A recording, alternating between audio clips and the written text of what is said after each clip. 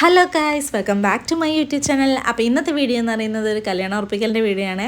അപ്പോൾ രാവിലെ കുട്ടികളെ സ്കൂളിൽ പറഞ്ഞയച്ചതിന് ശേഷം ഡ്രസ്സൊക്കെ ചെയ്തു ബസ്സിന് പോകാമെന്നാണ് വിചാരിച്ചത്. അപ്പോൾ എന്നെ ബസ് സ്റ്റാൻഡിൽ ഇറക്കി തരാമെന്ന് പറഞ്ഞു ജിഷേൻ അത് കഴിഞ്ഞിട്ട് ജിഷേൻ ഡ്യൂട്ടിക്ക് പോകാമെന്ന് പറഞ്ഞു.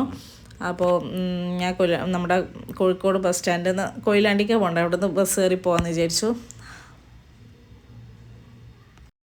അപ്പോൾ ഞാൻ അതാ ബസ്സൊക്കെ കയറി വിൻഡോ സീറ്റിലിരുന്ന് ഈ പാട്ട് കേട്ട് പോവാം, ഭയങ്കര രസമാണ്. പക്ഷേ സീറ്റിൽ ഇരിക്കുന്ന സമയത്ത് ഭയങ്കര വെയിലുള്ള സൈഡാണോ എങ്കിൽ പെട്ടുപോയേനെ. പക്ഷെ എന്തോ ഭാഗ്യത്തിന് വെയിലില്ലാത്ത സ്ഥലത്ത് കിട്ടിയത്. അങ്ങനെ നമ്മളിതാ ചടങ്ങ് നടക്കുന്ന വീട്ടിലെത്തിയിട്ടുണ്ട്. ഇതാണ് പെണ്ണ്. അപ്പം നമ്മളവിടെയെന്ന് വെച്ചാൽ വളയിടൽ ചടങ്ങ് എന്നാണ് പറയുക പൊതുവെ. അതായത് ചെക്കൻ വന്നിട്ട് വളയിടാൻ ചെയ്യുക, അല്ലാതെ റിങ് എക്സ്ചേഞ്ച് ഓരോ സ്ഥലത്ത് ഓരോ രീതിയിലാണല്ലോ ചടങ്ങ്. നമ്മളവിടെ ചെക്കൻ വന്നിട്ട് വളയിടും, കൂടെ ചെക്കൻ്റെ ഫ്രണ്ട്സും ചെക്കൻ്റെ റിലേറ്റീവ്സും എല്ലാവരും ഉണ്ടാവും. അപ്പോൾ ഇതൊരു ചെറിയൊരു ചടങ്ങാണ്, കുറേ ആൾക്കാരൊന്നുമില്ല. അവരുടെ സൈഡിൽ നിന്ന് ചെക്കൻ്റെ സൈഡിൽ നിന്ന് കുറച്ച് പേര് മാത്രം, ഒരു 10-50 പേര് മാത്രം. പിന്നെ നമ്മൾ അവിടെ നിന്ന് ഒരു 10-20-25 പേരും. ചെറിയൊരു ചടങ്ങാണ്. അപ്പോൾ അതൊക്കെ ഇത് പെണ്ണിൻ്റെ വീട്ടുകാരാണ്, ഇതൊക്കെ ചെക്കൻ്റെ ആളുകളാണ്. അപ്പോൾ നമുക്ക് വളയുടെ ചടങ്ങ് കാണാം.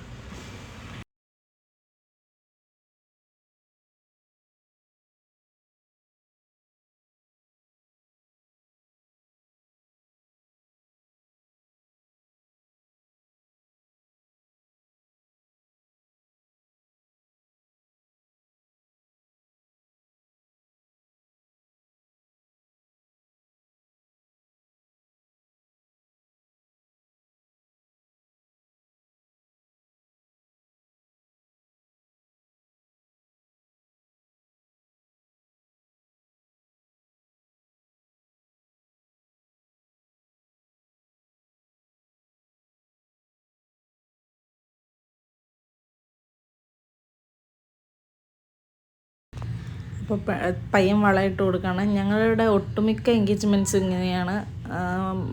പയ്യൻ വന്നിട്ട് വളയിട്ട് കൊടുക്കാറാണ്.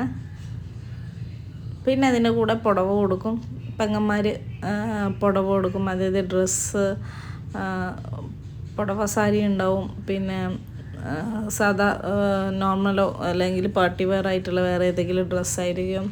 പിന്നെ ഫാൻസി ഐറ്റംസ് ഉണ്ടാവും, എല്ലാ സാധനവും കൊടുക്കും. കൂടെ ചോക്ലേറ്റ്സിൻ്റെ ഒരു കൊട്ട നിറയെ ചോക്ലേറ്റ്സ് കൊടുക്കും.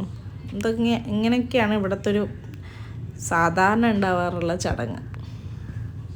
അപ്പോൾ അതവിടെ പെങ്ങൾ ഒരു റിങ്ങും ഇട്ട് കൊടുത്തിട്ടുണ്ട്. അത് കഴിഞ്ഞാൽ പിന്നെ നമ്മുടെ മെയിൻ പരിപാടി മാക്കം ഫുഡടി. അപ്പം അത് കഴിഞ്ഞിട്ട് അവരൊക്കെ കഴിച്ചതിന് ശേഷം നമ്മളും ഫുഡ് കഴിക്കാനിരുന്നു. അപ്പോൾ അതെല്ലാം ഇട്ടു. നമ്മുടെ തൈര്, സാലഡ് അല്ലേ, അത് അച്ചാറിന് നല്ല സ്മെല്ലായിരുന്നു.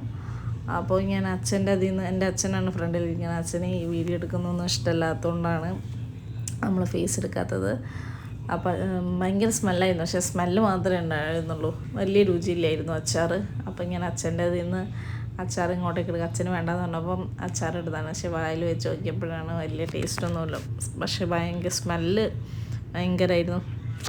ചില ഭക്ഷണങ്ങൾ അങ്ങനെ ആണല്ലോ, നമുക്ക് സ്മെല്ല് കിട്ടിക്കഴിഞ്ഞാൽ കഴിക്കാൻ തോന്നും. പക്ഷെ കഴിച്ചു കഴിഞ്ഞാൽ സ്മെല്ലിന് നമ്മൾ വിചാരിച്ചത്ര സ്മെല്ല് കിട്ടുമ്പോഴുള്ള വിചാരിച്ചത്ര ടേസ്റ്റ് ഉണ്ടാവില്ല. അതുപോലെ ആയിരുന്നു. ചോറ് കുഴപ്പമില്ലായിരുന്നു, ബിരിയാണി നല്ല രസമുണ്ടായിരുന്നു. പിന്നെ അപ്പം നമുക്ക് ബിരിയാണി കഴിക്കാം.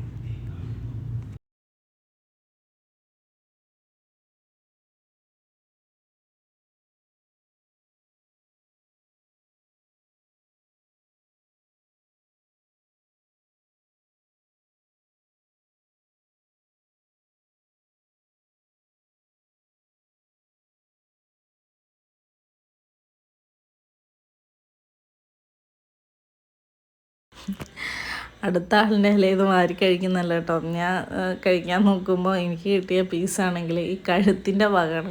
അപ്പോൾ ഞാൻ പറഞ്ഞു ഇതെനിക്ക് വേണ്ടാന്ന് പറഞ്ഞു ഞാൻ അമ്മയുടെ ഇലയിലിട്ട് കൊടുക്കും. അമ്മ ചിക്കൻ കഴിക്കില്ല, അപ്പം ആ പീസ് അമ്മേൻ്റെ ഇലയിലിട്ട് കൊടുത്ത് അമ്മേൻ്റെ ബിരിയാണിയിലുള്ള 2 പീസ് ഞാൻ ഇങ്ങോട്ടേക്ക് എടുത്താണ്. അതിനുശേഷം നല്ല അടിപൊളി പായസം കുടിച്ചു.